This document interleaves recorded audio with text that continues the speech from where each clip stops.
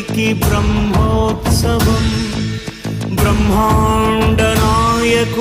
Brahmotsavam, బహురూపధారునికి Brahmotsavam, శ్రీభూసతులతో శరణాగతులతో, శ్రీభూసతులతో శరణాగతులతో,